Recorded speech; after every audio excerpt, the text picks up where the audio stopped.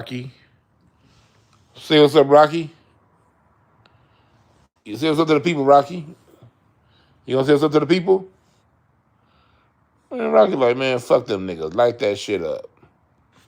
All right, Rocky, we about to light this shit up, all right? Come on in here, y'all. Ready to light this up, Rocky? All right, let's go.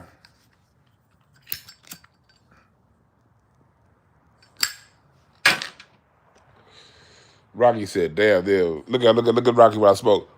Look at him. You see him smelling that? You see him smelling that? Are we high yet?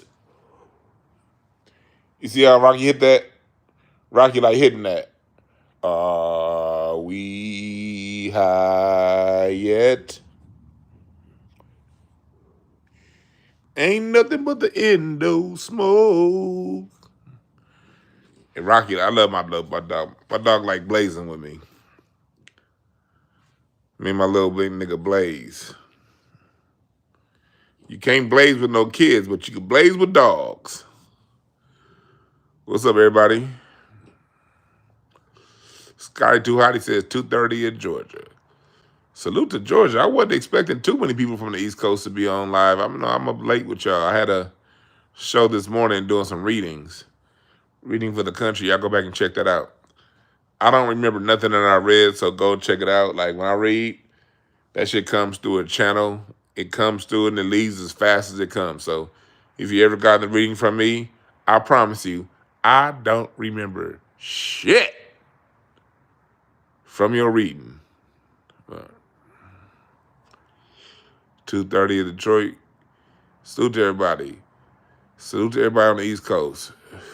Y'all the real troopers. Got New Jersey in the building. Georgia. Yeah. You come from a friend's party. That's right. I'm coming from a shindig myself, somebody's birthday party. But I'm on the West Coast, so it's not even midnight yet. Salute, Mr. Salute, U.S. Blues. Blake, I said 1:30 in the Waters way for these bum ass Africans. These Africans leave bum ass Western's fest. The culture's strong, man. The people who have gotten comfortable disrespecting Black American culture are very uncomfortable now at the conversation that's happening. And you know who I'm going to add to those who disrespect Black American culture? I'm going to add Black American Pan-Africans to that list. Not all, but too many. Not all. I'll be very clear when I say stuff like that because people are like, not me. If it don't apply, let it fly. But I'm saying that based off of some discussions I've been having on Twitter. I got people arguing with me on Black American music and saying the same thing about Africa. Africa gave us syncopation. Africa gave us call and response. Do you know how little call and response is used in jazz? You can listen to jazz 24 hours a day, 7 days a week, for 2 years, for 5 years, for 10 years, and not hear one song that has call and response.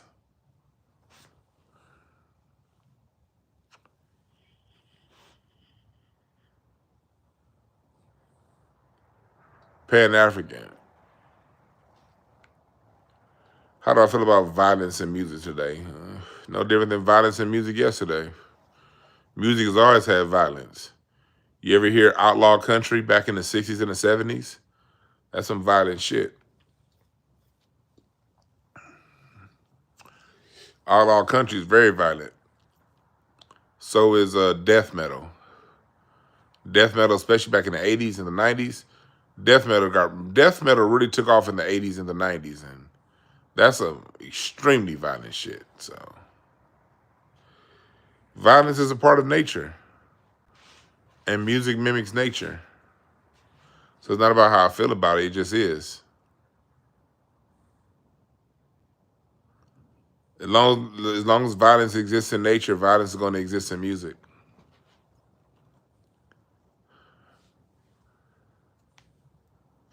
It just is what it is. I just think that people need to have a balance. Yeah, Frankie and Johnny. Frankie was doing her wrong. Man, that Frankie and Johnny, somebody ended up dead.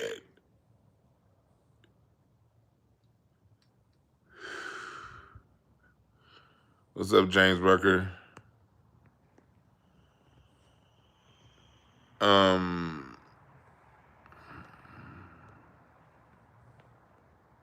so we about to get into it. So let's get into it. Let's get into it.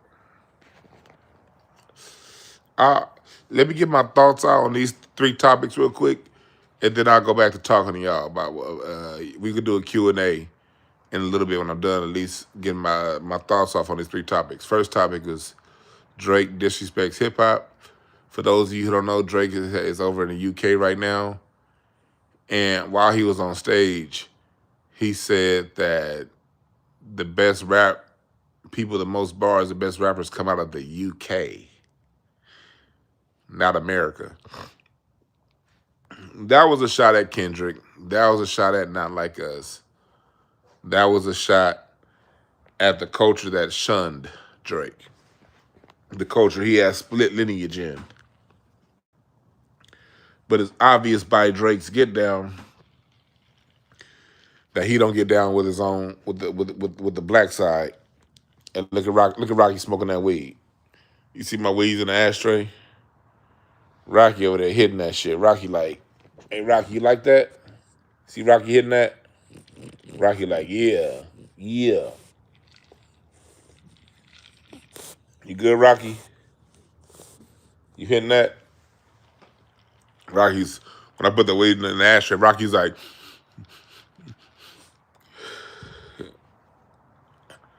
but yeah, Mister, like what you just said that he doesn't like when Drake said that the best rap comes out of the UK, the crowd didn't even respond. The crowd is kind of like, okay.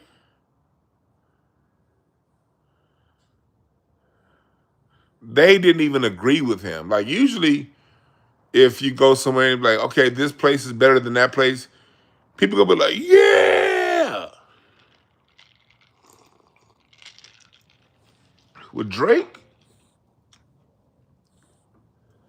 they're all kind of like, okay. Let me tell you right now. I was on Thought Crimes Patreon. Thought Crimes had a dope Patreon. If you're going to subscribe to any Patreon other than mine, Thought Crimes is a great Patreon to subscribe to because they really go in on some topics. And so I was on their Patreon earlier today. I like to give credit where I got it from. But Thought Crimes, they're far deeper into the hip hop scene than I am. Again, like I said, I always depend on their information. Justin Hunt, these are the people who dig a lot deeper into that genre than I do.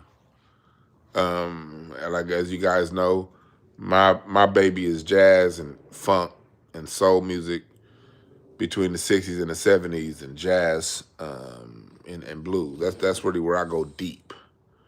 But really, rhythm and blues, and that's where I go extremely deep in the history. So I depend on channels like Thought Crimes and Justin Hunt, Curtis King, and I depend on those channels for the what's going on in hip hop, you know. And when I was listening to Thought Crimes,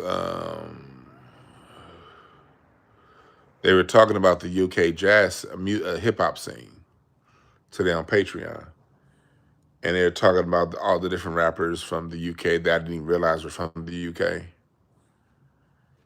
and you know, it was, I was like, oh, yes. And so when he started naming certain ones, I was like, oh, yeah, that person is dope. That person is dope. So I was like, okay, UK, they got some acts. They got some some dope hip hop acts. But at the same time, Rocky, sit your ass down. What you doing? You want to go? But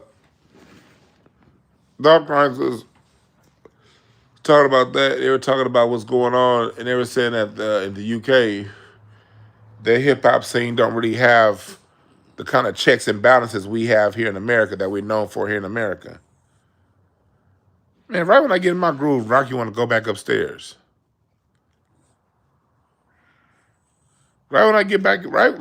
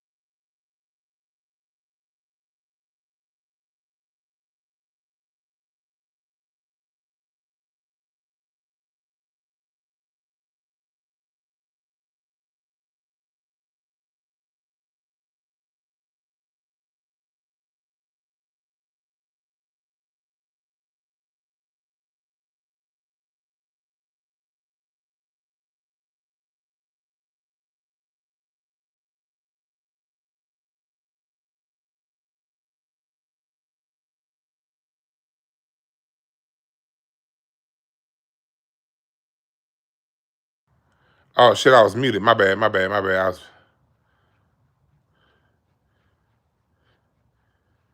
My bad. I was walking Rocky upstairs.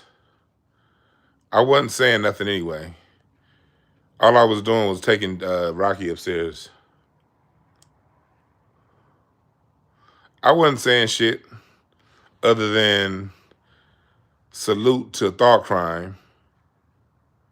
I was saying so. I was talking about thought crimes. I was talking about thought crimes and how Prince Solomon was being very. How I learned a lot from him.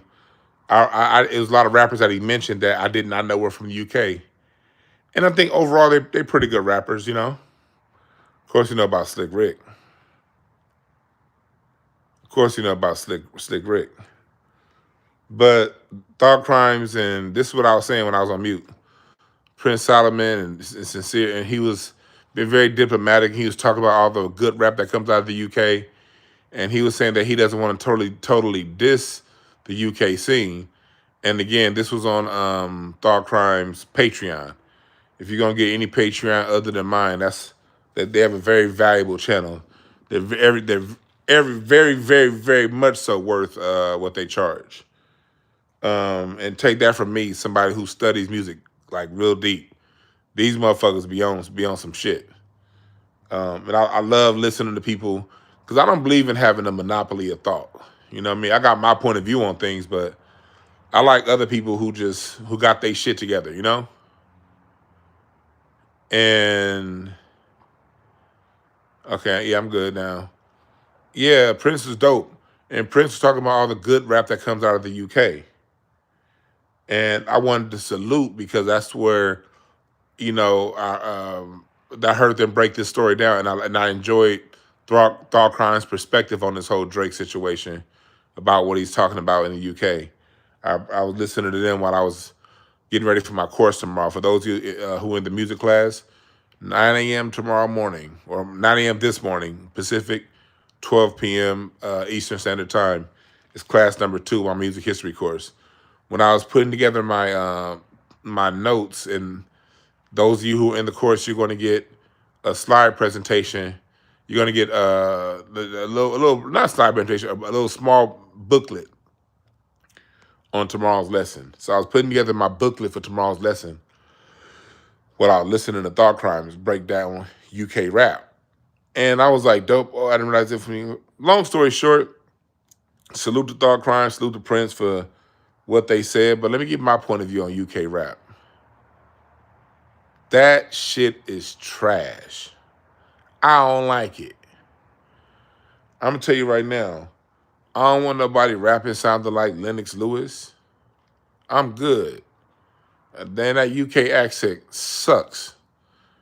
And there's no disrespect. Like, one of my family lines, actually 2 of my family lines, the Roberts family and the Johnson family, I can trace them all back to England. I can trace one of my lines back to the year 1505 in Middle Essex, England. I have addresses of family that was in Buckingham in 1560, in over there in Middle Essex in 1605. Moved to America in 1640. I got all that in my line. Whatever. Respect to the UK, but that shit sucks. Man, that's stupid. Get that stupid ass accent out of here. The accent sounds stupid as fuck when they rapping. No disrespect, but that shit sounds dumb. Second, it ain't got the pocket. See, the thing that sets apart Black American music apart and distinct, the thing that makes the world love it, is the soul.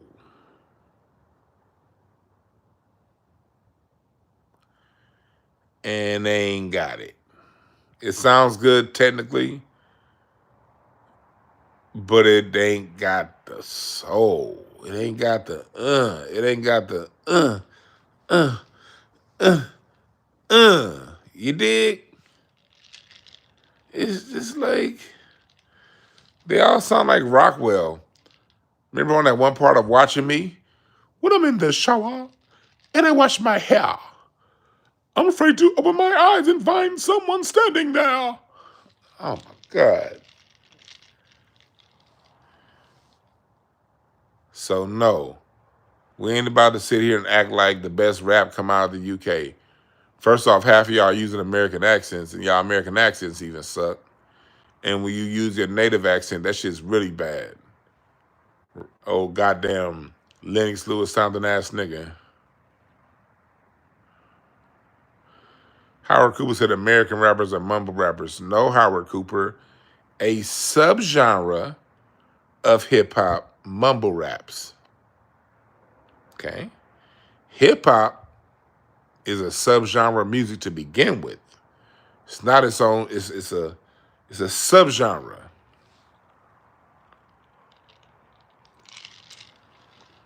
And the mumble is a subgenre of a subgenre. That's the beauty of the beauty of Black American music. It has no bounds. It's always evolving, always moving forward.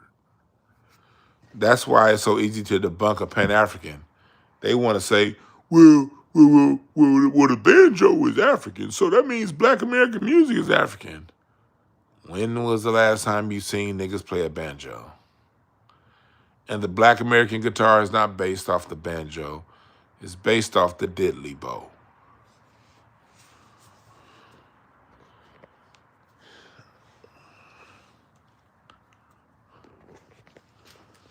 The diddly bow was most guitarists' first guitar, not the banjo.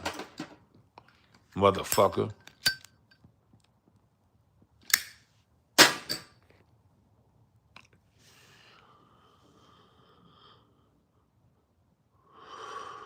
So, but Drake is pissed off at Black America, and he's going around and using his platform to. That was a diss to Black America and Black American artists. That was a diss to you, Jim Jones, that you still want to suck off Drake. That was a diss to you, all you rappers that still want to suck off Drake. He's talking about you.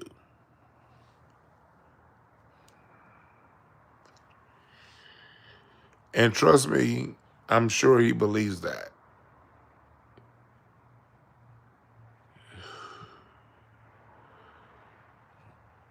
The second topic was Joe Budden actually stood up for FBA.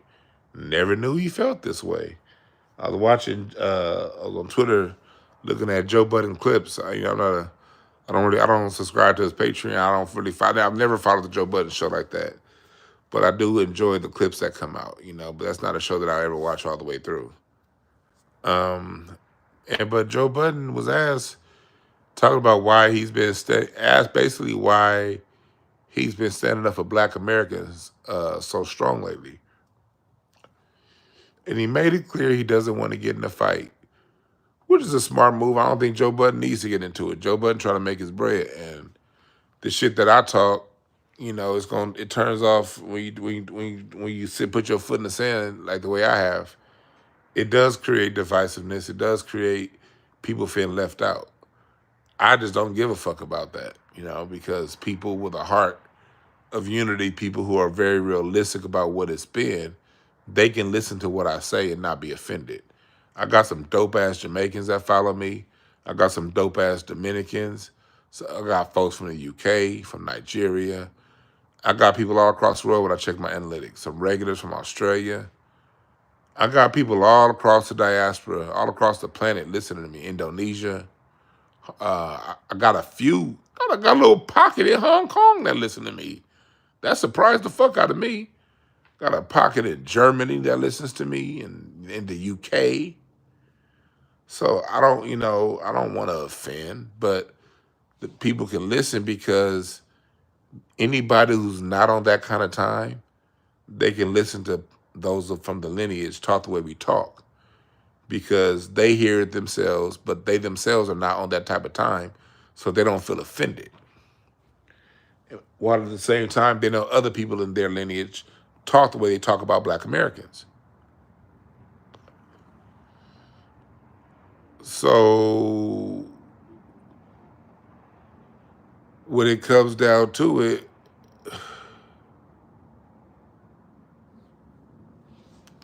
Joe Budden is like, nah. We've all seen the way people talk about Black Americans. We all see it. And he said that even though he's not really trying to jump into the fight like that, he has to step up and say more, because people have gotten way too comfortable with disrespecting Black Americans.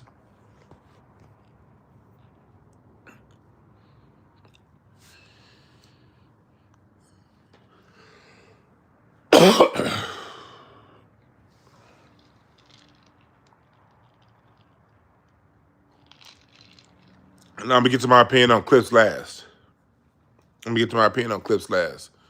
Because the Joe Budden part fit with the first part. And so basically with the Joe Budden, with him saying what he said,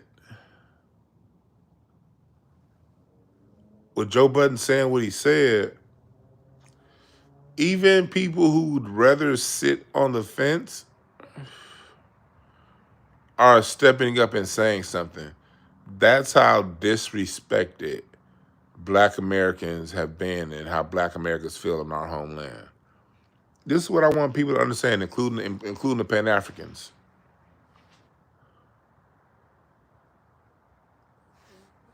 Most of us was here before this place was called the United States of America. And your direct ancestors, your direct lineage, is going to do far more to help you deal with the issues of the land you currently are on than some ancient ancestors.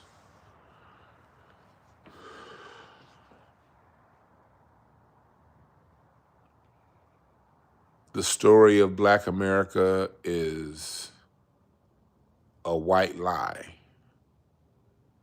A white lie because they tell a truth that people come from Africa. That is a part of the truth. It is a slither of the truth.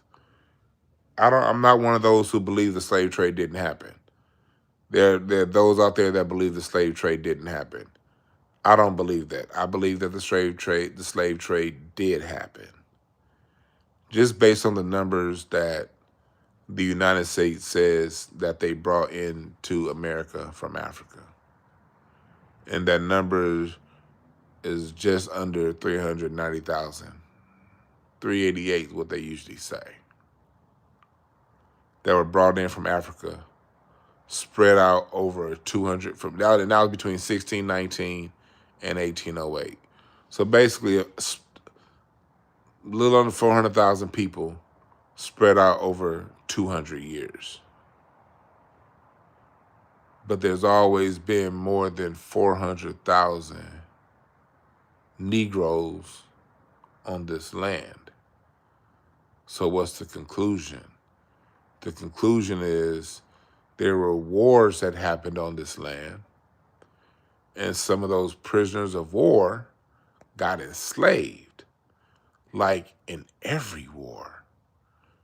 Most of the wars in world history, if you just remove race, remove color out of it, the losers of the war, the ones that they allowed to survive, generally becomes the slaves to the victors of the war. So that's why a lot of Black people were enslaved on both Indian reservations and by white people. Because if you go back and check the history of wars like the Yamasee War, Europeans needed the Cherokee Indians' help to defeat the Yamasee. So you had dark-skinned Cherokees versus dark-skinned Yamasee. And the loser, the Yamasee, after that war between 1715 and 1717, some of them were enslaved by the whites, the ones that weren't killed off, and the Cherokee bit off a couple slaves for themselves. Because that's what happens when you lose a war.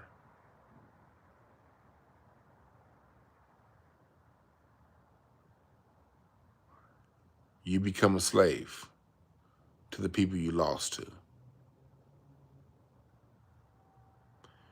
There was a war that was set on the Americas starting in 1492. In the 1500s, it was a war set on by Europe. In the 1500s, the Spanish conquered the West and Florida.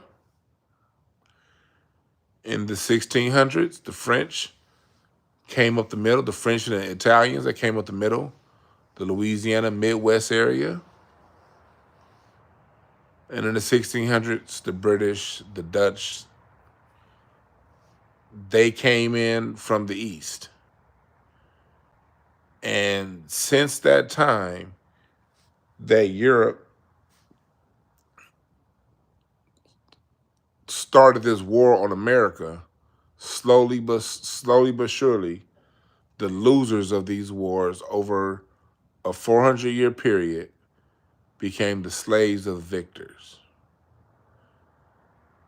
And that's normative for any war. When the Moors conquered Europe, a lot of the white people became slaves to the Moors. Moors had concubines.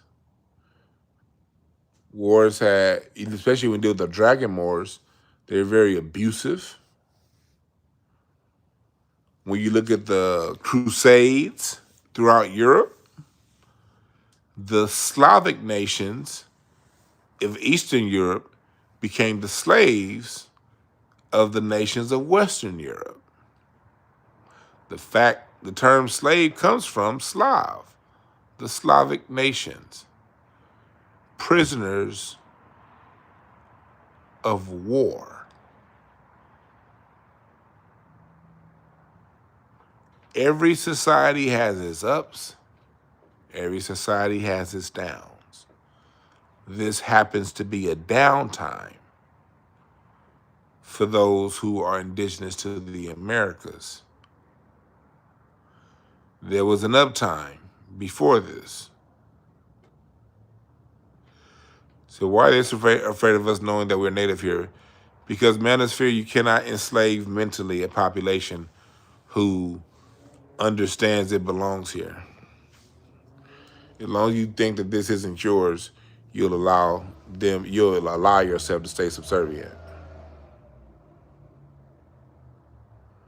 It's easier to enslave people by mentally than it is physically. And if these people know who they are, they're going to act accordingly. Remember, you act as you perceive yourself. That's why I did so much work, and I still to this day do so much work with children, helping with perception of self, because perception of self fixes all your other problems. Period.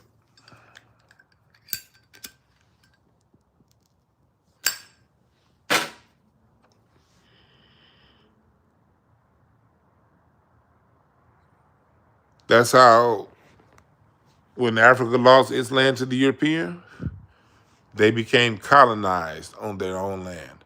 Colonization is another word for slavery. You're working, but you don't own what you produce. That's colonization. That's what slavery is for all the Africans that say, we've never been enslaved. Yeah, but you work your land, you work a piece of land that you live on that you don't get to profit from. You're literally keeping France, Germany, England, you're keeping Western Europe afloat with your labor on your land. You're a slave.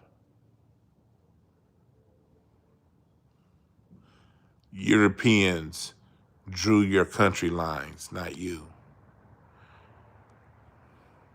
You're a slave. Europeans named your country, not you. You're a slave. Nigeria was named by a white bitch. Think about that for a second. For all of you, you do not know where you come from. The white bitch named your country, and you accepted it. You didn't do like some of these other nations and say, you know what, I'm changing the name of this shit. Fuck y'all. Y'all took it, and you keep it. And you still speak English.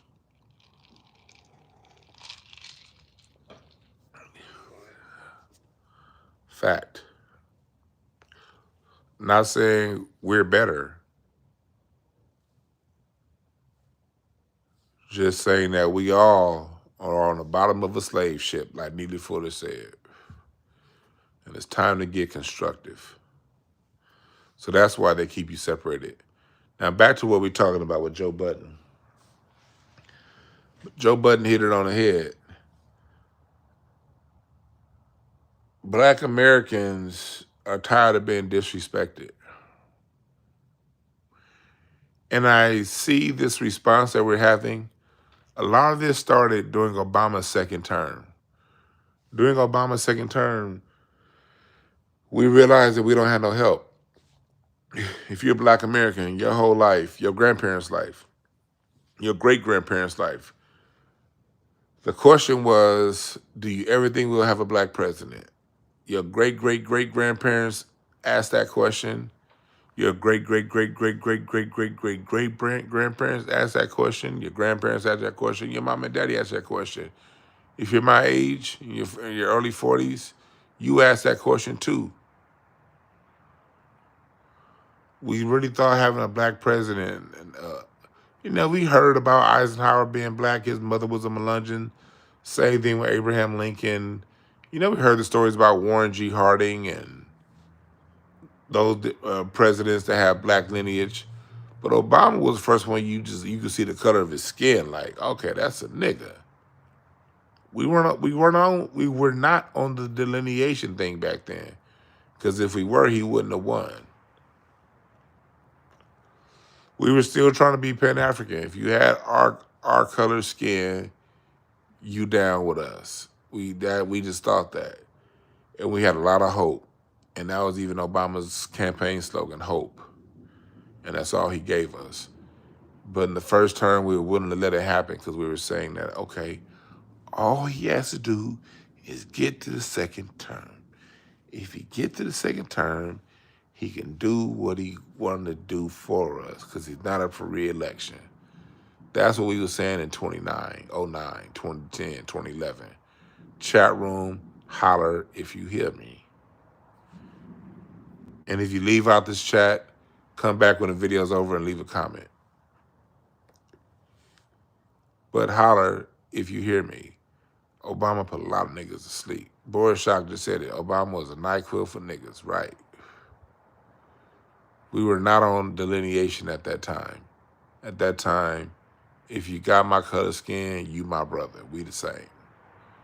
We assumed that you felt the way about white supremacy that we feel about white supremacy. We assume that if you deal what we deal with, you're going to respond the way we respond. That was the assumption. And that's how we always thought as black Americans. We've never had issues with Nigerians. We've never had issues with Caribbeans. Because when y'all would have your Nigerian Day Festival, that didn't bother us because we're not intimidated by your culture. Have at it. When there's Caribbean Day parades and all this stuff, for us, we was like, oh, that's dope. Let them celebrate. We didn't care. Because your culture is your culture, and it doesn't offend us in any way, shape, or form. We're very much so we as black Americans, we're very much secure within our own culture. You can read white anthropologists that do cultural anthropology talk about this. Like, just to be American in general is to be ethnocentric. That's one of the core tenets of being American. America has an ethnocentric culture, meaning it cares only really about itself, about America. That's why America knows one language. That's why America is on the imperial system and not the metric system. The rest of the world's on the metric system. America's on the imperial system. Because America don't give a fuck about nobody else. That's just America, for better or for worse. And we black Americans, we Americans. We really don't give a fuck about none of y'all. And that's not an insult. I'm not insulting you. I'm not trying to clown.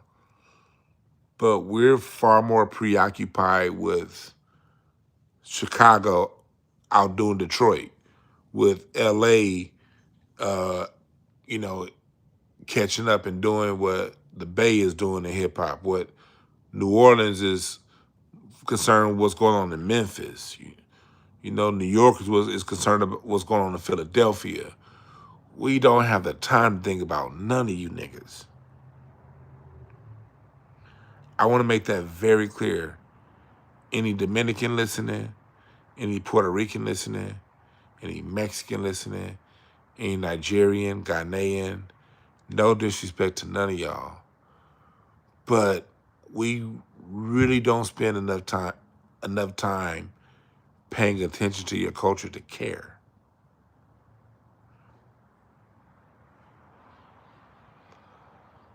The West is just trying to stay ahead of New York in hip hop. The South is too busy creating its own voice and saying, fuck the West and the East. Y'all need to listen to us. The Midwest is doing its own thing, like Kansas. Them motherfuckers don't give a fuck about nobody. Kansas, a lot of the Midwest is a lot like Oakland. Oakland is all about appealing to Oakland. The Midwest is all about appealing to the Midwest. LA is about appealing to itself, but going worldwide. New York and LA is international. Atlanta's international with what they trying to get out of their music. Oakland is like, nigga, I'm trying to be hot in Oakland, man. Fuck the world. Kansas is like that too.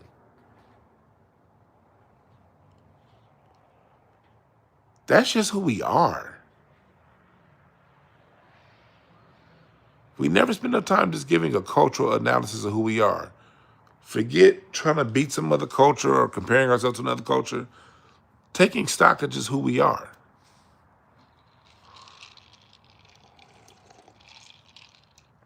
Your Detroit and Oakland are cousins.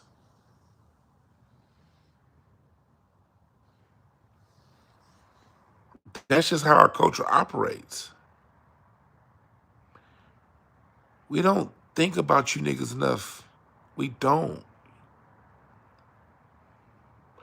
That's why Africans and Caribbeans have been able to say so many slick things about us. Because to us,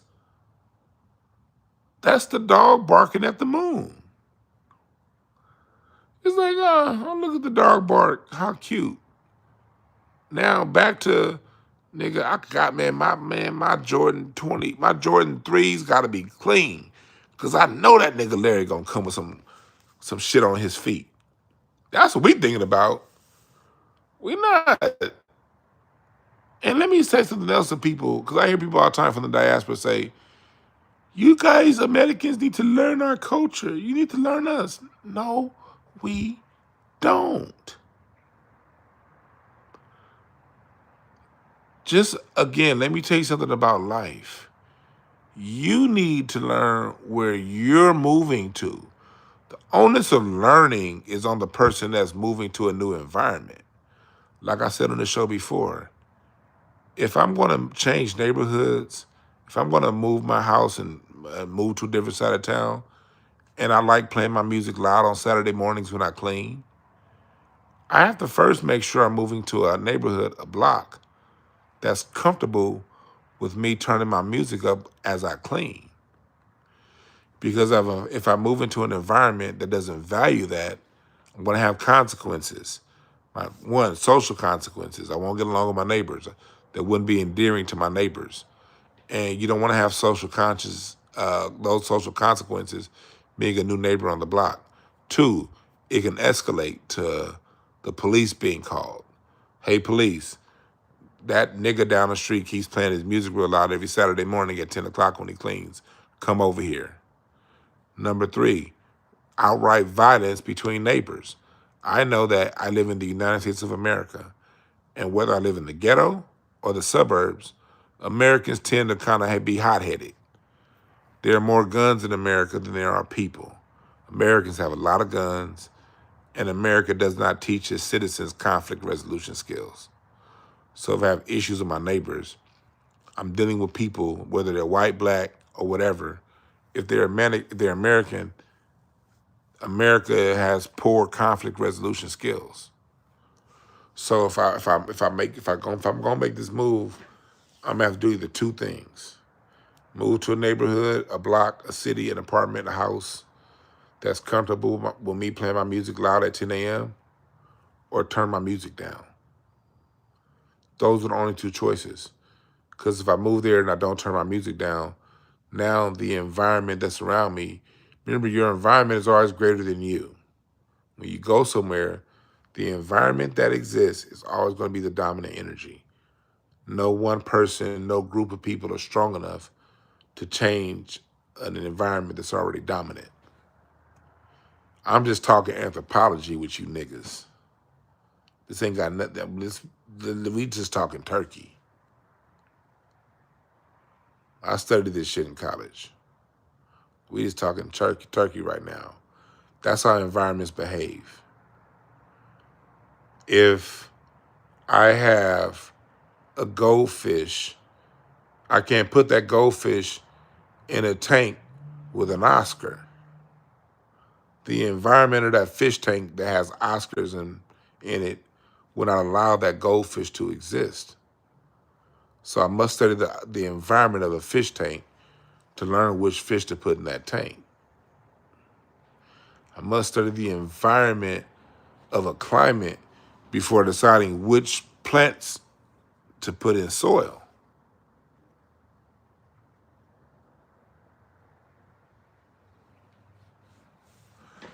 So if you come to America, It's not an American's job to learn your culture. It's not, why? I need to spend here in America, you see how expensive rent is? You see how these laws are forever changing? Those of us who have property like me, Trump just got rid of Section 8. So what am I gonna do with my Section 8 tenants when they shit expires? I'm looking at a possible point in sometime in the next 2 years where I have mass evictions. I don't want to evict my tenants. I like all my tenants. Well, let me take it back. 2 of my Section 8 tenants in my one building, they can get the fuck out of here. I'm like, come on, Trump, get these niggas out. But I digress. But as an American, that's my worry. I got this lunatic president that just cut Section 8. The fuck I look like learning your culture? When I'm over here trying to mastermind, okay, what am I gonna do with my buildings when my Section 8 tenants lose their Section 8 vouchers? I run a foundation. Like I'm at the very end before I get my full-on IRS approval. I run a business. I run 4 businesses plus a foundation. And you telling me to learn your culture? Fuck you.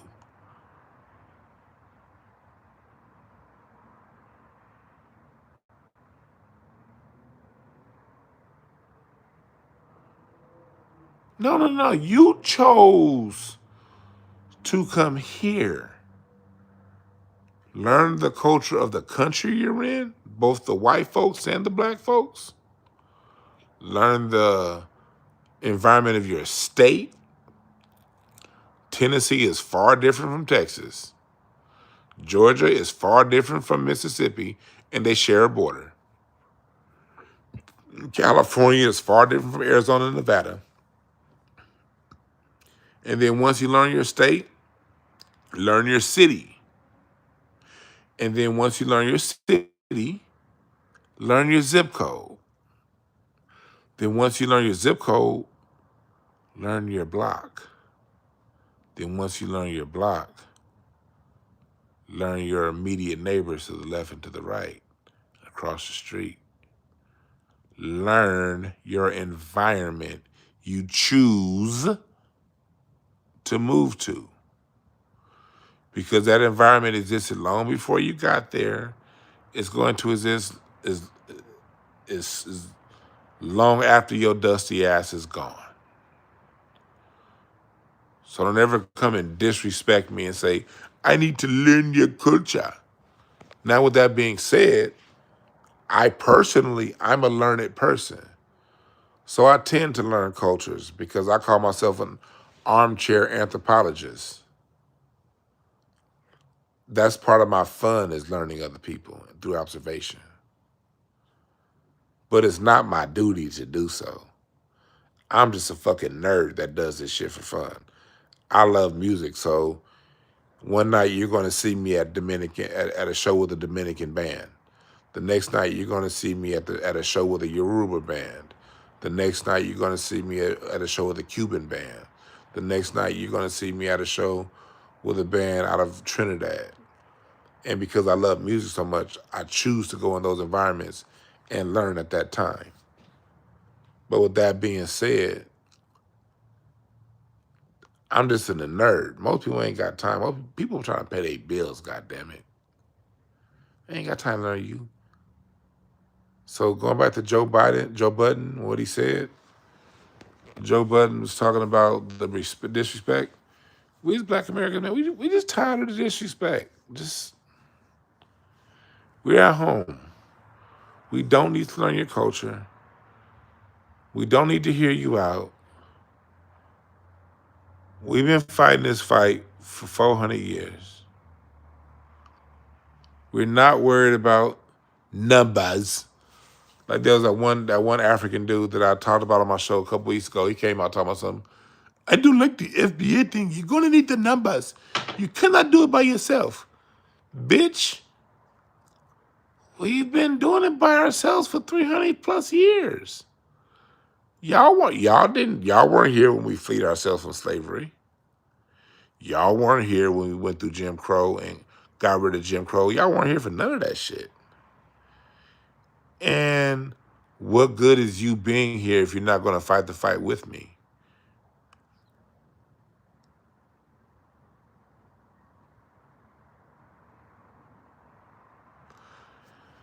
Yeah, theoretical ace, you found that backwards.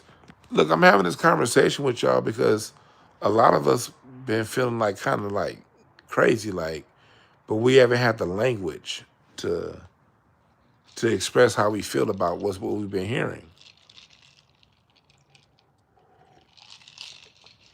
But again, I study culture. I understand culture. I understand culture.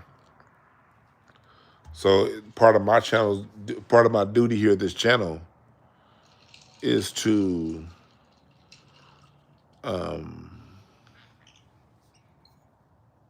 have these type of discussions. There are plenty of channels to talk about plenty of other things. I like having these discussions, especially late at night when I'm smoking and drinking. Rip to this bottle. Man, this Kirkland Cognac VS, nigga. Costco got this big ass 1.75 bottle for like 48 bucks. This is some good ass shit right here. It took me about a month and a half to get, I don't drink regular, it took about a month and a half to get through this bottle.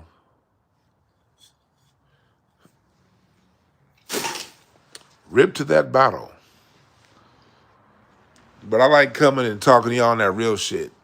A lot of people who teach want to put on a fucking necktie and a suit and act all prim and proper and no. I teach like your uncle taught you. With a bottle in my hand, something to smoke in the other, curse words, and real talk. I ain't trying to put on for nobody. I ain't putting on shit.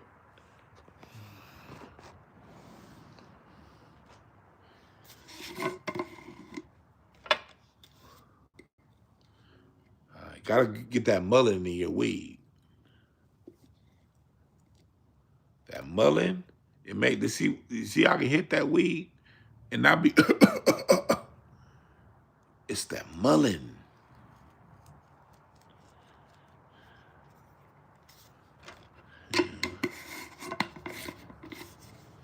It's that mullein. Got a little dust. So now let's talk about the last topic, my reaction to the Clipse album. I listened to the Clipse album so far twice. I've listened to the Clipse album so far twice. Ooh, look at that. Look at God. Frosty. Look at God. Oh, look at God. Look at God.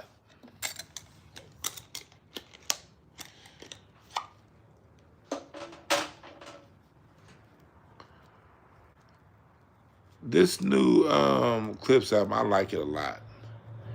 And let me tell you why I like it. Like I said, I've only listened to it twice, so this isn't going to be a lyrical breakdown. But I like it because it's progressive. I like what Pharrell did on the production end.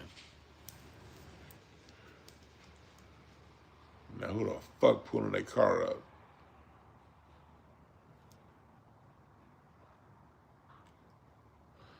Okay, they was just turning. I'm sorry about that, y'all. They was just turning around. Shit.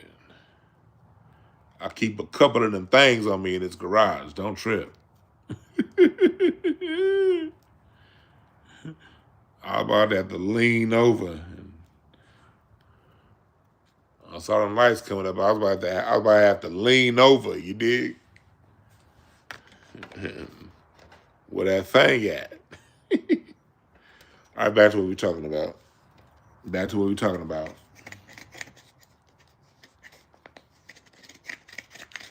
So back to the Clipse album. Yeah, that's right, Felix Speaks. Clipse music is for the sophisticated. Pharrell, I like the way Pharrell isn't relying on his 90s sound or his 2000 sound. You know, one of my favorite songs from Pharrell is That Girl with him and Snoop. That whole album that Pharrell did, I'm drawing a blank to the name of the album, but the one with him looking like basically an avatar on the front, I'm drawing a blank to the album. That's my favorite Pharrell album. What's the name of that album? But it has that song Young Girl on there with him and Jay-Z. That Girl, man, I love that album. In my mind, yeah. That's the album, In My Mind. I love that album. But I like how Pharrell isn't relying on staying in that In My Mind era. He's not stuck in a time. Pharrell he's moved, he sounds like, this album sounds very much, in the present, and in the present, but timeless at the same time.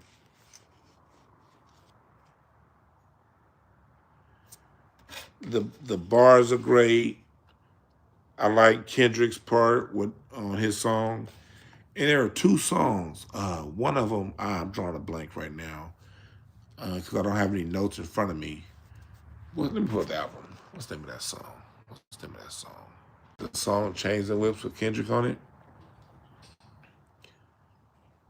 If you listen to that album closely, that song Chains and Whips, that song is the straight up blues, gospel. What Pharrell did was he removed the drums from it because that song Chains and Whips is a gospel. It's a straight up gospel 1-2. But they removed the drums. So you don't get that. I was like, if you add the drums on a 1-2, if you add a tambourine, and then maybe the Bo Diddley backbeat on guitar, that's a straight up gospel blues song, down to the lyrical content. Straight up blues. Yeah, Nerd had a good album also. But that song is the blues. Straight up and down. Straight up and down blues. And it's another song. Let me see what's the name of the song. Far Ahead, that song. That song was played with gospel triplets. Gospel chords and rhythmically, those were gospel triplets that the time signature was in. 4/4 time in triplet format, which can oftentimes be mistaken for 6/8.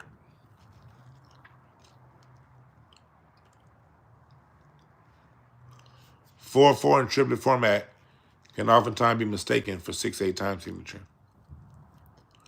But on that song so far, straight up gospel triplets.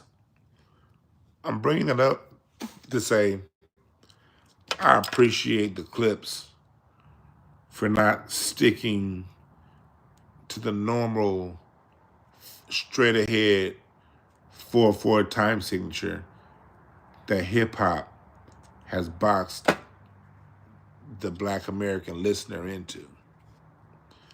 I love 4/4, straight ahead is my favorite time signature. But culturally as a people, we've always had variation. The 1-2, that gospel 1-2, that's just culturally ours. Like, we need that. And that's different Pan-Africanists from the African ring shout. The African ring shout downbeat is on the 1 and the 3. Actually it's quarter note. Ta ta ta ta. But the accent, quarter notes accented on the 1 and the 3. And that's a different rhythm than the quarter note accented on the 2 and the 4. Has a Black American backbeat. We're the only place on the planet that has a backbeat. So when all these Pan-Africans want to talk about syncopation and this and that, the core element of our music, which you find everywhere, the normative, is the backbeat. That's how we play the 4/4 time signature. But we've always had music in other time signature. You have the waltz in 3/4. You have the 6/8, the gospel feel. Songs like, if you listen to a song by Luther Vandross called Anyone Who Had a Heart, anyone who had a heart would take me in her arms and love me to you. That song starts off in 9/8 and switches to 6/8 and goes back to 9/8 every 4 for the first 16 of the song, and then the song stays in 6/8. And then when they get back to the bridge, it goes to 9/8, back to 6/8 for 4, then back to 9/8, then back to 6/8. That's traditionally, we've always done things like that in our music. That by the time we got into hip hop kept everything in 4/4, everything in a 2 and a 4, not even doing too many things in triplet format. Triplet, when you put it in triplet, triplets evoke emotions. It evokes love. It evokes a spiritual connection. That's why so many gospel songs are in triplet. What do I mean when I say triplet?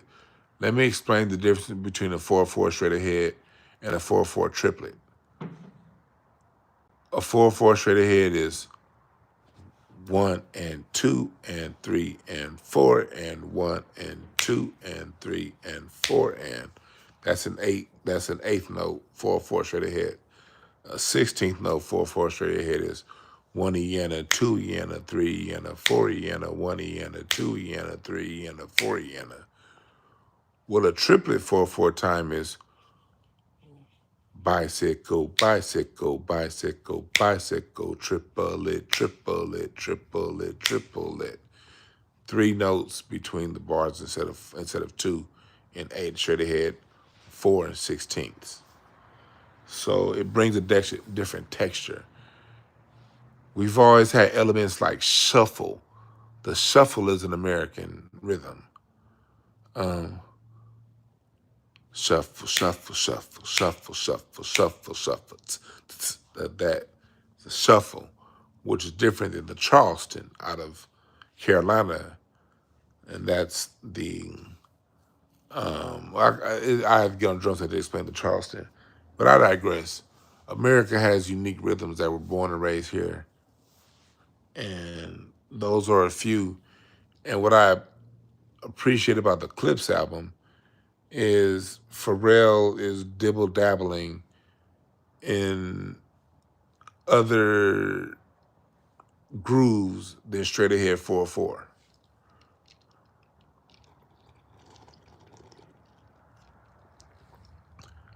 Yeah, it's theoretical. It's the 2/4 rhythm is very important to us. That's why so little of it is played in hip hop, and so much of it is played in gospel. The 2/4 is ours.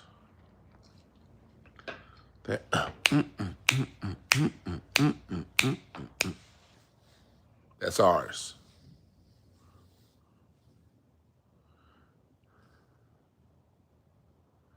Africa's version is because they see the reason why I can speak the way I speak is I have respect for the African rhythm. I just crack jokes because it's fun, and why not? That's part of my Black American culture is to talk shit. But I got respect for the African rhythm. That's why I can hear Here's why this is very important that we have these kind of conversations. Because every region, every culture has its own musical language. And if you want to truly understand the culture, you want to dial into that culture's music language.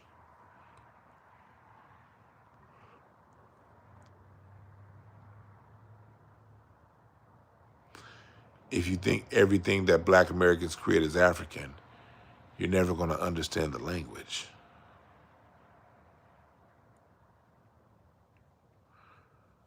And there is a particular language that we speak musically that's unique to us. And it's not rooted in Africa, it's rooted in America.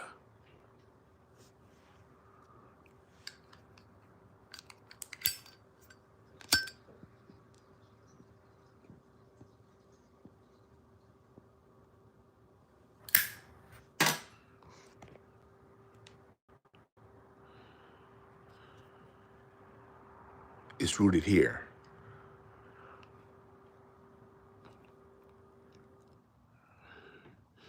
And Clipse, this new Clipse album taps into that. Even with its content, it's very, very, very bluesy.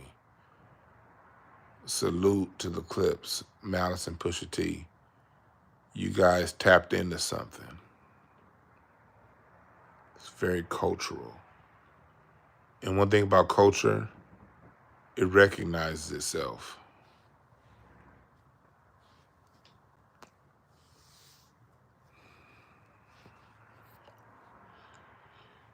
And it doesn't care about how popular it gets.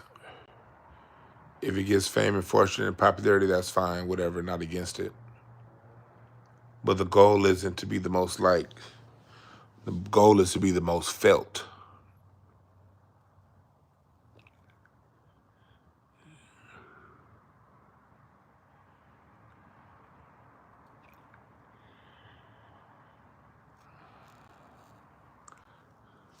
Salute to Miles Davis.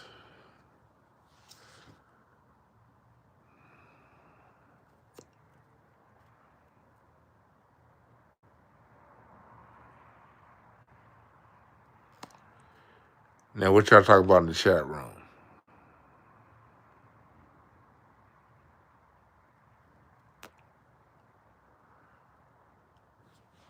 That's right, Manosphere Hall of Fame. They get more respect. But black music always gets more respect than the numbers. The best black music, every now and again, you get a Kendrick. Every now and again, you'll get a Michael Jackson. Every now and again, you'll get a Stevie Wonder. You'll get a Barry White every now and again, where the numbers do reflect the influence. Let's not forget Barry White sold like a motherfucker. People like to write him off like, no, Barry White's run was just as long as R. Kelly's, okay? Longer, actually. Because unfortunately, R. Kelly ended up in jail at the time. Barry White was still making hits. Barry White was still putting out platinum albums literally until he died. Literally until he died. Same with Luther Vandross. But with that being said, Luther had more numbers than a lot of artists. But when it comes to Black American music, Freddie Jackson in a lot of ways is just impactful as Luther. When it comes to the culture. Like white people gravitate towards Luther, so anything, and no disrespect to Luther, but anything talking about Luther is going to get more attention because white people gravitated towards him. White people didn't gravitate towards Freddie Jackson.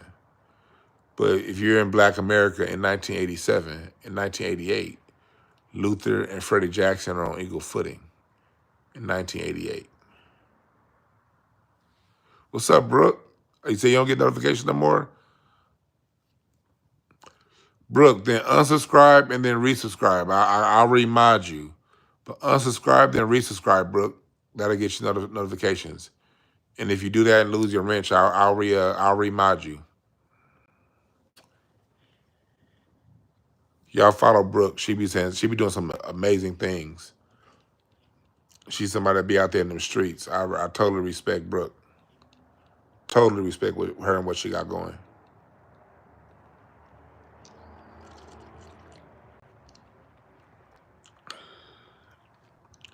What's up, Gina C? Yeah, come back in, Brooke. And if you lost your wrench, then I'll give it back to you.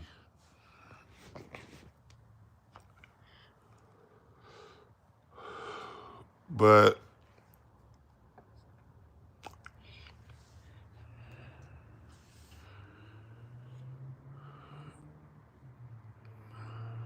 that's what we have to understand, and it's not about the numbers. So Bismarck T, it's not about the numbers. Bebop never came close to touching the numbers as swing. Swing was the only time jazz was popular in America. Jazz was never the popular music other than swing between the 30s and the 40s. Swing was the only time jazz was popular. Bebop took out swing. A bebop album would be lucky to sell 1/10 of the amount as swing.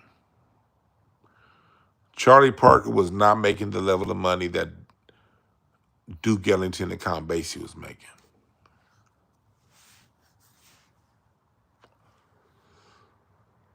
But when it comes to impact,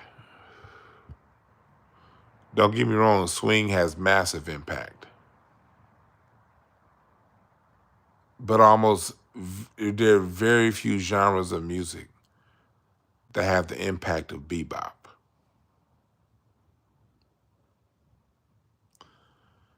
Bebop is one of the absolute most impactful genres of music to ever exist.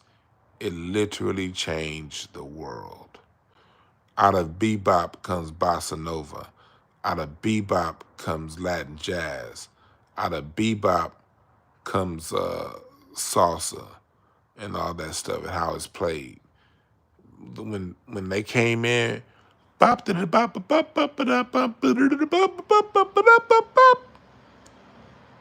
changed how horns were played. Max Roach, Elvin Jones, it changed how drums are played forever. Short and staccato, improvisational. Bebop never sold a lot of records, but out of bebop is where you get the funk. It was like bebop, funk is the rhythm and blues with bebop's attitude. It's R&B with a bebop attitude. That's what funk is.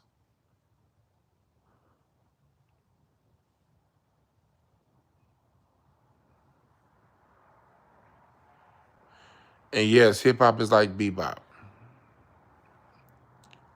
You're Thelonious Monk. And we talk about that. We talk about this tomorrow in class. For those of you who have signed up for my music course, sign up. If you're not signed up, sign up for it now. Yes, it's $150, but it's worth it because it's more than just a YouTube talk. You get actual course materials that you can hold on to. I charge for those classes because I put a lot of work in. I put in about 6 hours of work today to get ready for tomorrow's class. After I got off my live earlier doing that reading, I put in about 6 hours of work getting my materials ready for tomorrow's class. And it's only $30 per class. 5 classes at $30 per class. And I'm putting in 6 to 10 hours of work a week between each class. Make sure you sign up. We've only done one class. We got 4 more to go. So if you sign up now, you ain't missed nothing. You can watch the video of the first class and then be here for the next 4. Sign up in the description right now. Also sign up next Sunday.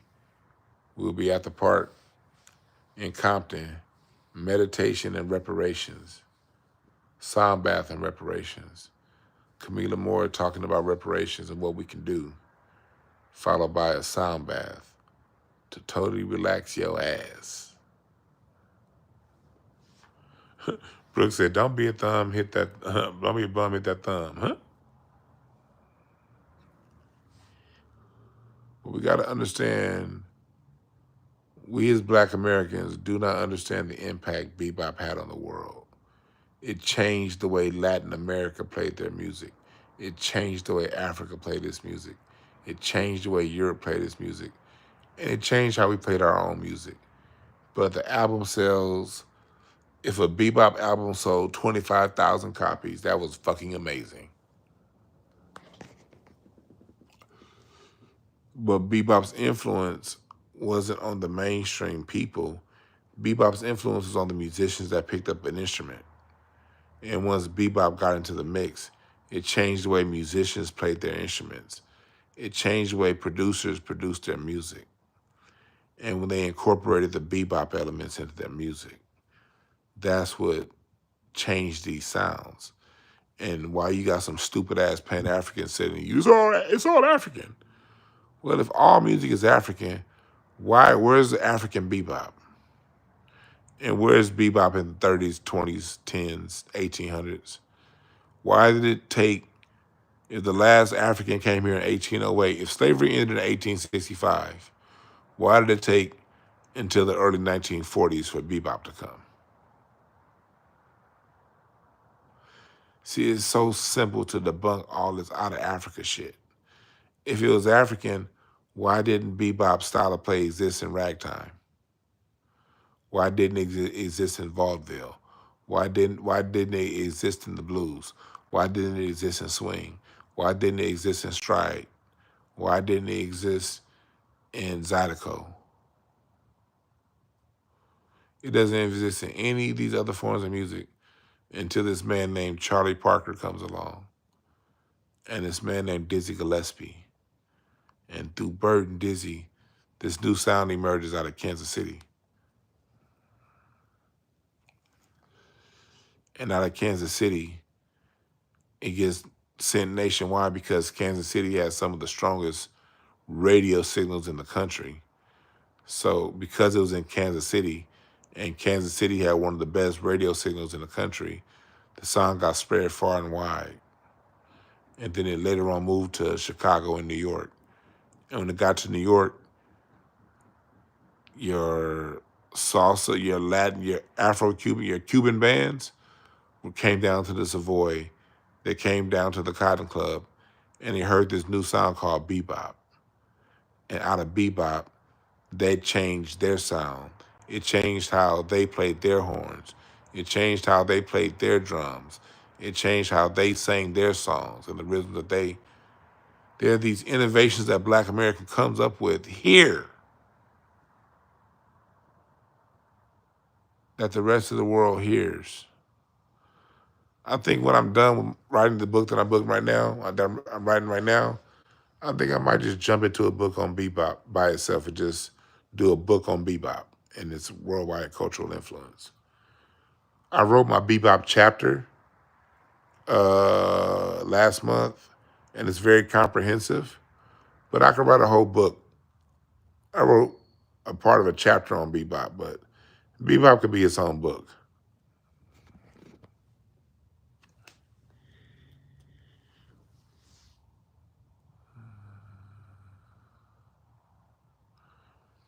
Theoretical A said, KC, yeah, you from KC? Yeah, right. Yeah, Fela Kuti, Afrobeat was inspired by bebop. Right.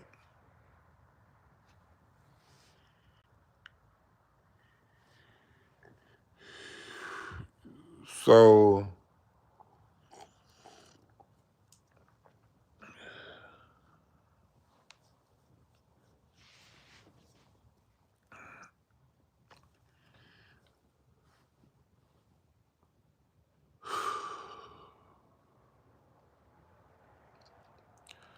So again, I appreciate the Clipse.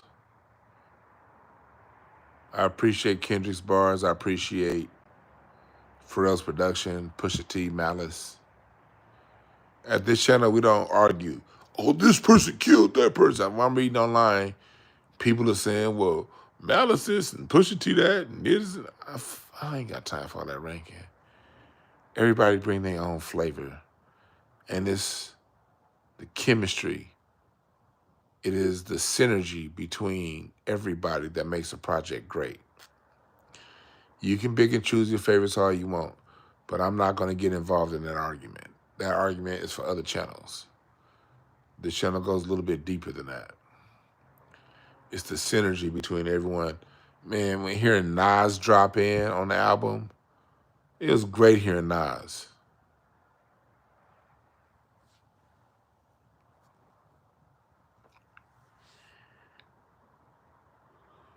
Yeah, Big Brazy, we have our own rhythm. We have our own thing.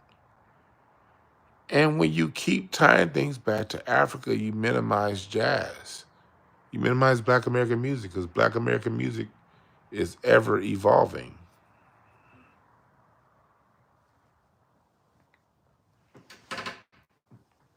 Most Black people will see Boogaloo music and think that's Mexican music, not understanding that Boogaloo was just a style that was popular amongst us for like 3 years.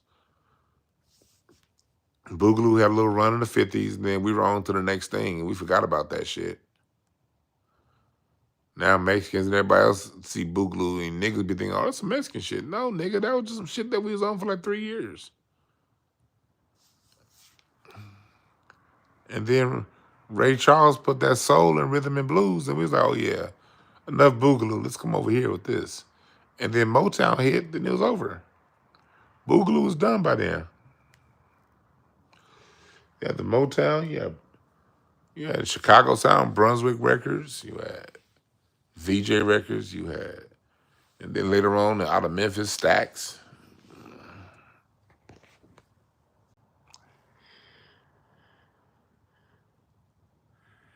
Going back to what I was talking about earlier, as far as like people from other cultures, you don't understand the competition within Black America is so fierce.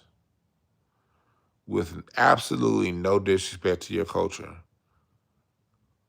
we don't have time to think about your culture. And when we stop looking at our culture and look at your culture, if I'm gonna give you the God's honest truth, we think that shit's corny. We look at your culture and be like, damn, I thought Atlanta was bad. You hear this shit? Because when we have our discussions, like when I talk about shit about Atlanta music or New York music, that's a relative discussion. When I talk shit about what's going on in New York and Atlanta and other places, that's relative to the standard of Black America. It's still a trillion times better than what the fuck you producing. That's just being blunt.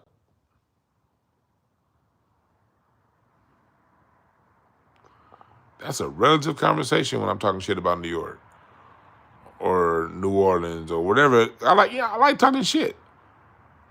But when I talk about the standard, we'll talk about, say, like, I talk about the worst of Black music, like Jay-Z.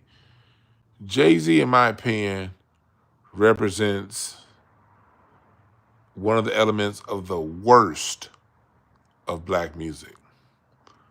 With that being said, he's still a trillion times better than Afrobeat. Ugh. Than reggaeton. Ugh.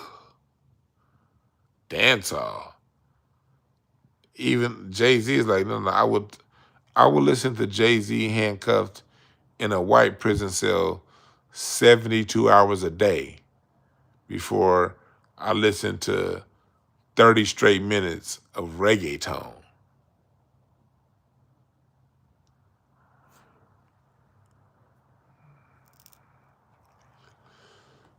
And the reason why I say Jay-Z represents the worst of Black music is because Jay-Z, even though he's really great at what he does, Those of you who watch the channel regularly know what I'm about to say. He normalized biting somebody else's style, biting other people's lyrics. Before Jay-Z, that wasn't normal. You had to come up with your own style. You had to write your own. Your songs had to be completely yours. You couldn't just take Ice-T's 99 Problems with a Bitch Ain't One and it not be it. Now you could take it and get like what Snoop did with Lottie Dottie.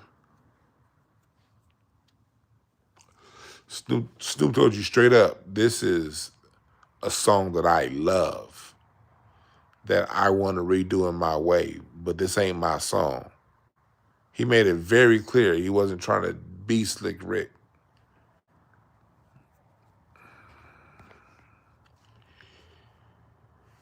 Jay-Z will just write a whole song, just me and my girlfriend. You'll take a whole Tupac, everything, and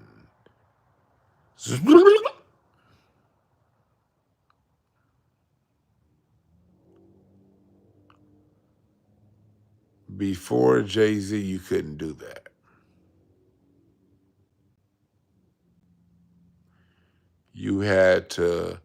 You could be inspired by somebody else's song because all music comes from inspiration. Inspiration is the foundation for motivation. But from that inspiration, you had to reword it, rephrase it, and say it in your way. You couldn't get away with saying it in somebody else's way and then retracing the rest of the song in your words. Jay-Z is very integral in lowering the standard. I don't care how you feel about Jay-Z. I'm not trying to alter how you feel about Jay-Z. I don't give a fuck how you feel about him, honestly. You can love his music all you want. I don't care. I'm not trying to have you not love his music if you love him. I'm just talking turkey. Jay-Z was the first person we as a culture accepted as a biter. And you cannot argue with me on that. You cannot say, well, that one time such and such took a song that we're not talking about an aberration. We're talking about the normative stuff. It's a hard not like for us, Annie. Excuse me, miss. What's your name? Can I come? Basically, can I take you out tonight? Did Luther Vandross say that? Fortunate to have you, girl. Didn't Maxwell say that? I add a motherfucker so you ignorant niggas can hear me. Didn't Lauryn Hill say that with the Fugees? With Jay-Z, it was the norm.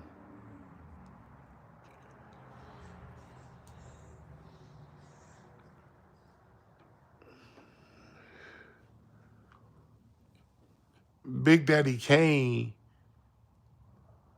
was shopping Jay-Z records in 91, 92 and this is when Kane had the power. When Kane had the power, he was trying to push Jay-Z and nobody wanted to sign him.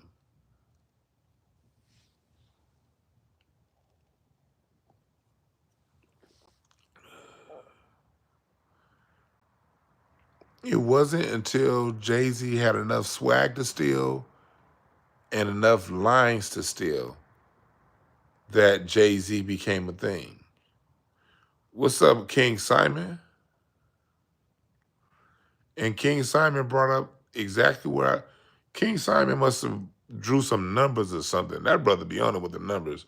Because I'm literally about to transition to Drake. And then King Simon came in talking about Drake. Out of Jay-Z normalizing swagger jacking and line stealing comes Drake.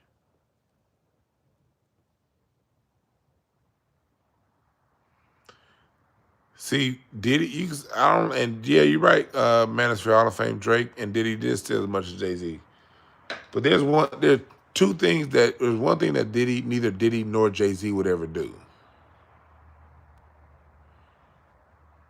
They're, and they won't go so far as to say what Drake said, that the UK got the best rappers.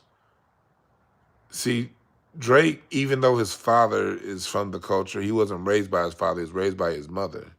He was raised in Canada, and he don't give a fuck about the culture. Matter of fact, he probably mad at the culture for his daddy not being there to tuck him in the bed at night.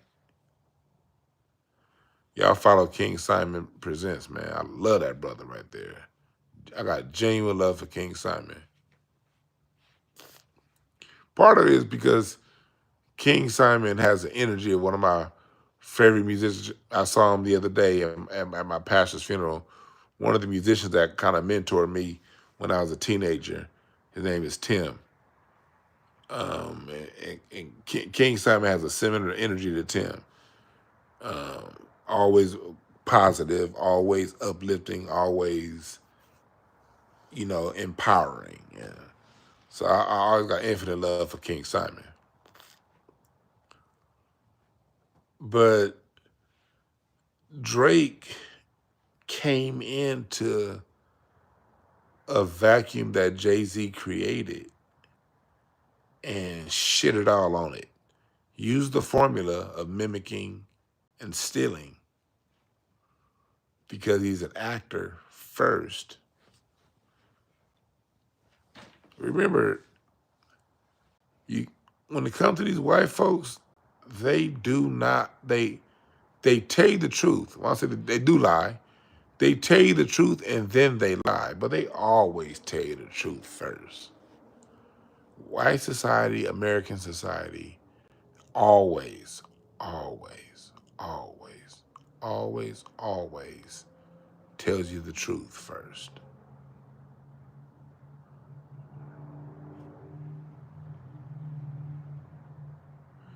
Sinister just said it in the chat. They made him an actor first.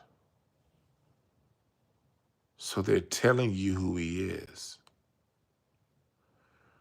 Cardi B, what did she do first? Reality star.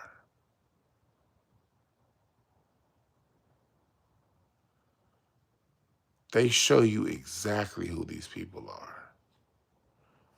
It's on you to believe your lying eyes.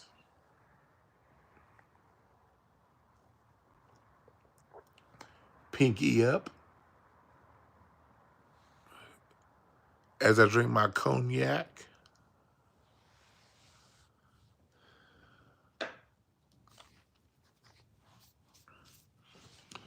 America showed you. Look at Jay-Z.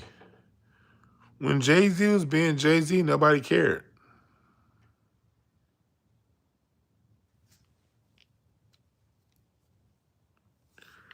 Nobody cared about Sean Carter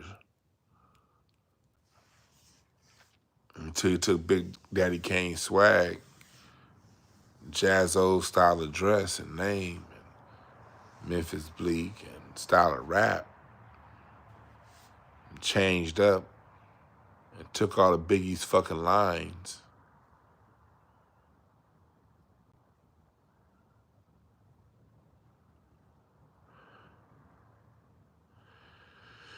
Thank you, Brooke. Jay-Z was not New York's first choice. Nas was New York's first choice, according to that Hot 97 poll in 2001. Nas was New York's choice. New York gave us LL. New York gave us Rakim. New York gave us Tribe Called Quest. That's who New York gave us. New York gave us Biggie.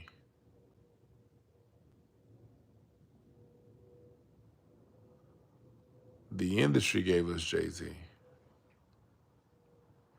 And New York gave us DMX. I always come back to this.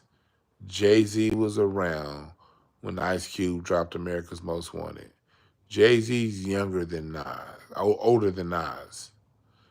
Jay-Z was around long before Illmatic dropped.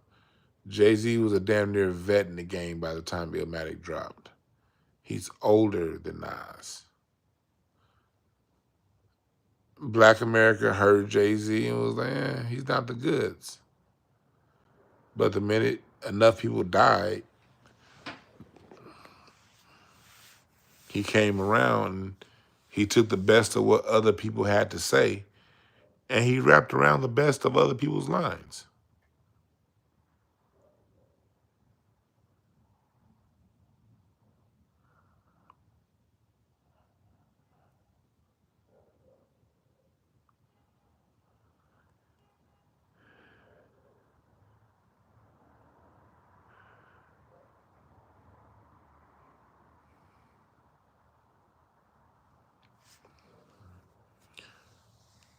So going back to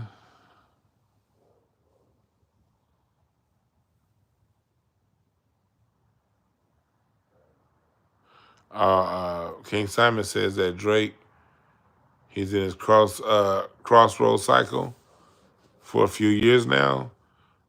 I'm gonna have to hear more about that from King Simon. Drake is going to have to regret what he has to say. King Simon, we gotta do something together on this, on the cards and what you reading the numbers with these artists. I know we said that before, but I'm gonna have to inbox. I'm gonna have to text you, King Simon, because I would maybe like to do that next week if possible. If possible, sometime during the week, maybe Wednesday or Thursday, we could do something on these celebrities. Because I just did my reading show earlier today, so I'm kind of in the mindset of reading. I'm gonna have to text King Simon. That'd be a dope collab to do here on this channel, to talk about the numbers of hip hop and where hip hop is, and then I could pull the cards out. I could pull the cards out and talk about the hip hop cycle. I think that'd be a good idea. Okay, you see, when let me hear your voice first. Well, King Simon, when your voice is ready, let me know. And what I'll do is I'll schedule the show like immediately, as soon as you can do it after that. Because I know we've been talking about it, and so I would hate to push it off and it not happen. So when your voice is okay, I'll schedule something like immediately, of course, in accordance to your schedule, of course, about that. Because I think that first off, I want to hear what you have to say about that, but I think that'd be very constructive. This fool Biz Marti said Jay is FBC, Foundational Black Camel. You stupid. So, like you said, this channel, I'm not like, I don't ever tell other channels not what to do. And it's okay that other channels focus on tethers. But if you look at me, I give tethers and Black Americans who lower our standards equal smoke. The same way I give immigrant blacks and native born blacks equal love when love is given and love is displayed. It's not about being divisive, but at the same time, it is about being divisive. It's about understanding what team people are playing on. And that's why I can't ignore a Jay-Z just because he's foundational Black American. I can't ignore a Puffy just because he's foundational Black American. Them niggas did some horrendous things to music. My love is for our cultural music. Okay, cool, King Simon. Dope, I appreciate that. But my love is for our culture and for the music. And I have an understanding that the musicians themselves are just they're conduits from spirit. They don't own the music. They don't have the right to sell our culture away.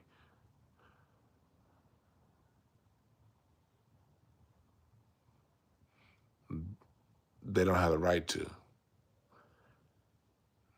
I don't give a damn if you are Black American or from somewhere else. You sure can change the culture, it's a problem.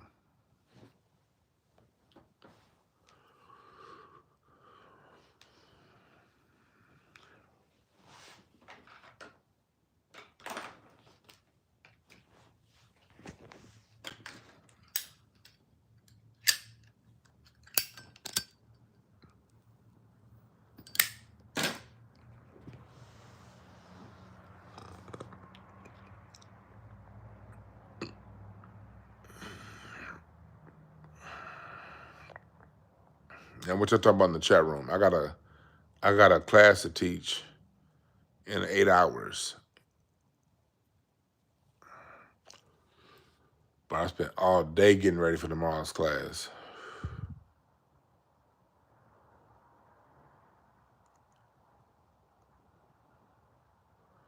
Now I didn't see Shakur Stevenson fight. I missed it. Oh, Sinister, you're right. The year is going to get worse before it get better. The cards tell me September is going to be cracking. We're kind of right now in the calm before the storm. Late August into September is about to be some shit. We're in a calm phase right now.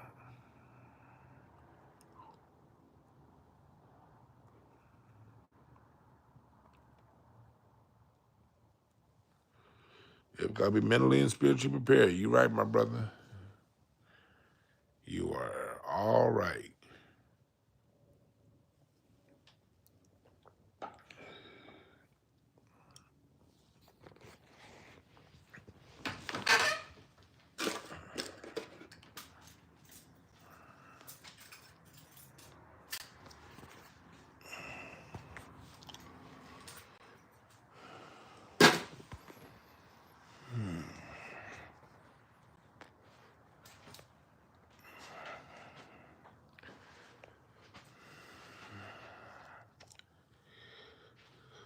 What y'all talking about in the chat room?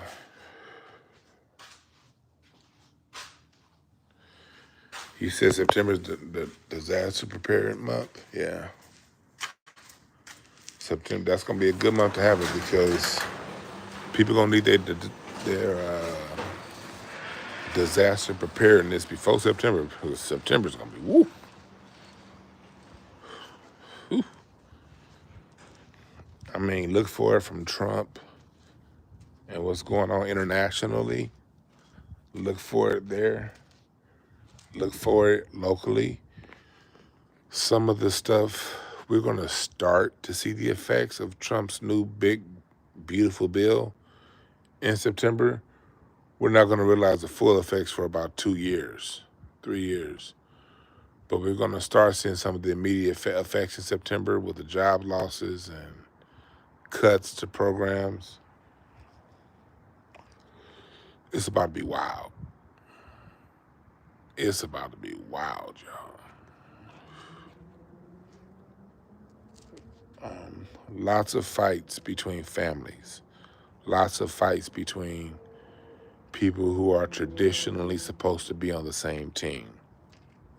Lots of it. And as we get to September, October, a lot of that theme, remember I read that in my card, in the cards for the year. This is the Nine of Hearts here. Fighting amongst friends is what the Nine of Hearts represents. Fighting amongst families.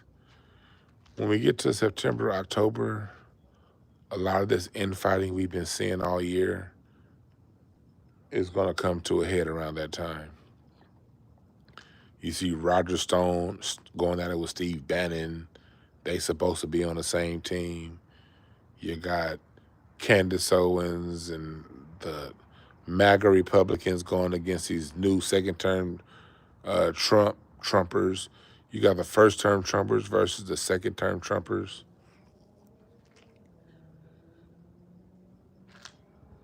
Everybody's fighting everybody right now. So as we get into September and October, a lot of that's going to come to a head. You're right. Keep your vibration high. Keep it up. That's the only thing you can do because You can't control the world around you, but you can control how you feel. You can control your experience. Your experience is a choice. All of us have choices in our experience.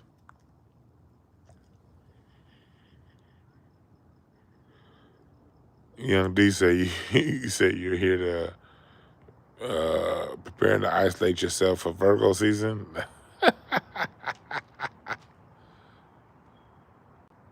Yeah, Leo season starts soon too. Fire. But Virgo's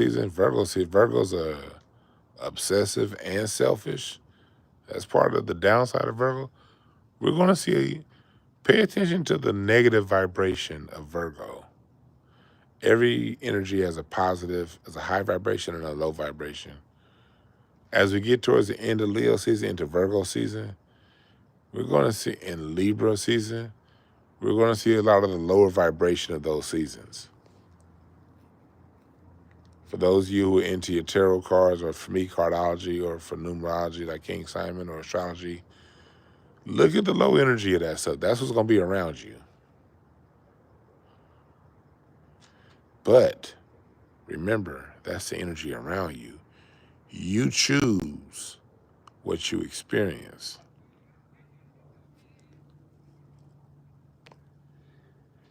I use this example all the time.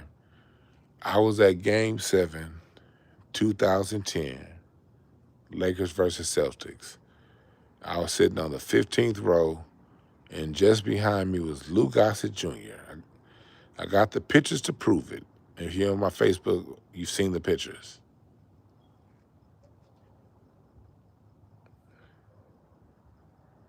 In that arena, 20,000 people, there were some Celtics fans. Rajon Rondo's people was like 2 rows in front of me. Were having a great time most of that game. Laker fans were having a bad time. And in that arena of 20,000 people, the experience that was being had was relative to the experience of the individual. Just because we were all in the same arena on the same day at the same time doesn't mean we all had the same experience. That game for 3.5 quarters was nerve-wracking. We never sat down the whole second half of the game. Staples Center, the second half of Game 7, Lakers versus Celtics, we did not sit down. Not doing commercial, not doing timeout. Mid shot, made shot, we were standing up. Very nervous. When that game was over and the buzzer rang and the Lakers won, some of us had an experience of elation. And that was my birthday, by the way. That was my 29th birthday. So this happened on my birthday. Some of us, like me, I was elated. Best experience, one of the best experiences of my life, watching my all-time favorite team beat the team that I hate the absolute most on my birthday with my favorite player in the world, Kobe Bryant, winning his 5th championship. I was there when it happened. And had Staples Center had cell phone reception, I would have been in the locker room. My homeboy who coached with the Lakers texted me, "Come down, I got you." But everybody was on their phone, and you couldn't get coverage. Nothing was going through. I got a message 6 hours after the finals ended. "Come down, I got you. Come to the locker room." I could have been in the locker room, but I wasn't there. I said that to say that was my experience. When I looked down 2 rows and I saw Rajon Rondo's family, they had a horrible experience. There were other people you could tell probably put money on the game. They were depressed because they lost whatever side they bet on. There were other people, like the person I went to the game with, he didn't care either way. He was like, Lakers win, Celtics win, I don't care. I just want to see a good game. That nigga was just happy to see a good game. So what's the lesson to this story? No matter how big, no matter how small the environment, the same thing can happen to everybody. That Lakers versus Celtics game 7, that game was a fact. The final score was a fact. Everyone in that arena saw how every point on that scoreboard was put up, saw how every rebound on that scoreboard was put up, every assist, every foul. We all saw the same game. But depending on your perspective, whether you're sitting on the top row or on the bottom row, you're going to have different perspectives based on the angle that you're watching the game. And also whatever preconceived biases you have going into the game. Preconceived biases, I'm a Celtics fan, I'm a Laker fan. That preconceived bias is going to affect how you see the game. And it's also going to affect how you feel about the game afterwards. So I said that to say, when we have these talks about culture, about perception, about what we deal with, about music, about what's happening, just understand that perception is really important. And the preconceived biases you bring into something alters your perception of things. And everybody can see the same thing, but whatever people take away from that thing is going to be based on the other elements that are already going on besides that particular event. Preconceived notions, preconceived biases, prejudice, how one views themselves, how one views their society and culture. All of these things play a part the same way in basketball. How are you a Celtics fan or are you a Laker fan? That off top is going to change and alter how the two different sides see the game. If you're a Laker fan like me, you're going to notice every foul that wasn't called against the Celtics. If you're a Celtics fan, you're going to notice every foul that wasn't called against the Lakers. If you're neutral, you're going to be like, shit, good game, I don't give a fuck. Or, damn, they got away with that.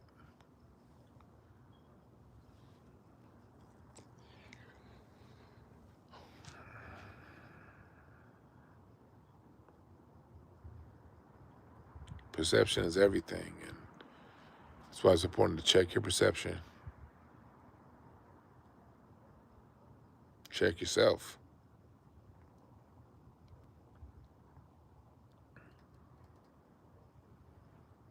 And know that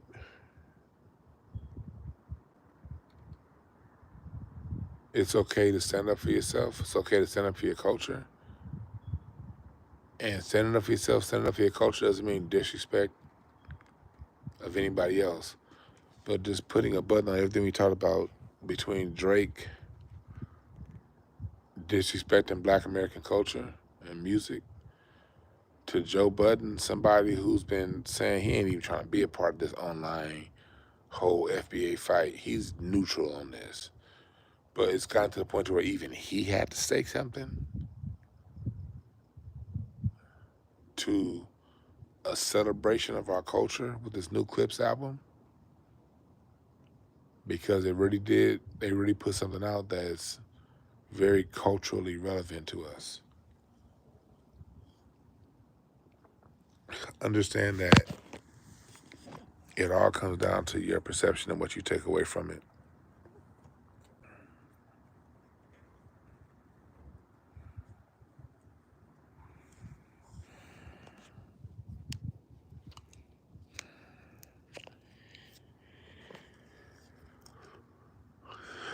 And that's all within your power to judge and assess and apply.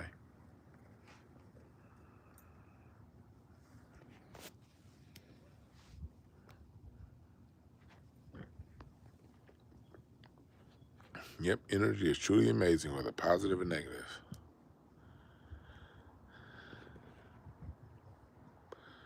But I got a class to teach in about, 8 hours? 9 a.m. sign up at DwannB.com for my music history summer school. I spent about 6 hours today putting together, well, yesterday now, putting together my lesson plan for today's class. Anytime I ask you guys to pay for a class or pay for a course, it's because I'm doing something that's labor intensive outside of just talking to y'all. When I come to y'all on YouTube, that's off the top of my fucking head. I just have a great fucking memory. It's just me talking. If I ask you to pay for a class, it's because I'm giving you more than me just talking. And if you don't have the money now, the class will go up on my it will be for sale on my website. But if I'm gonna be spending 6 hours, 8 hours per lesson plan, and I got 5 classes I'm doing, yeah, no. I think it's fair to charge. What do y'all think?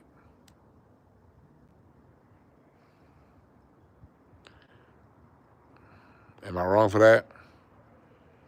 If what you're getting out of a paid class is materials and really focused energy and focused stuff that you can keep and pass down, pass it around. I don't give a shit. But if you pay for anything that I do, it's because it's going to offer something tangible. Something that you can't get on YouTube. Because on YouTube, I ain't about to put together shit for y'all. Hell, 95% of the time I'm on YouTube, I don't even take notes and write down what I'm going to talk about. I just go off the top of my head.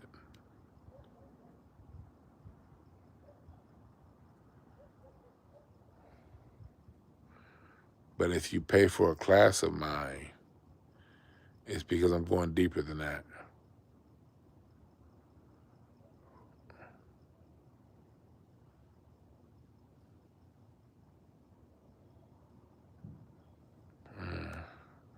What's up, Sean Leaf? Oh, that shit's done. All right.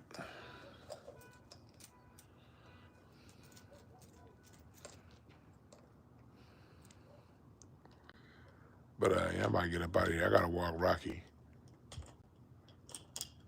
Rocky gotta take one more shit tonight. But yeah, we'll be at class. We'll be starting class at 9 a.m. Pacific time, 12 Eastern. Sign up right now on DwannB.com/courses. We got 4 more classes. And y'all really not gonna want to miss tomorrow on jazz. All right.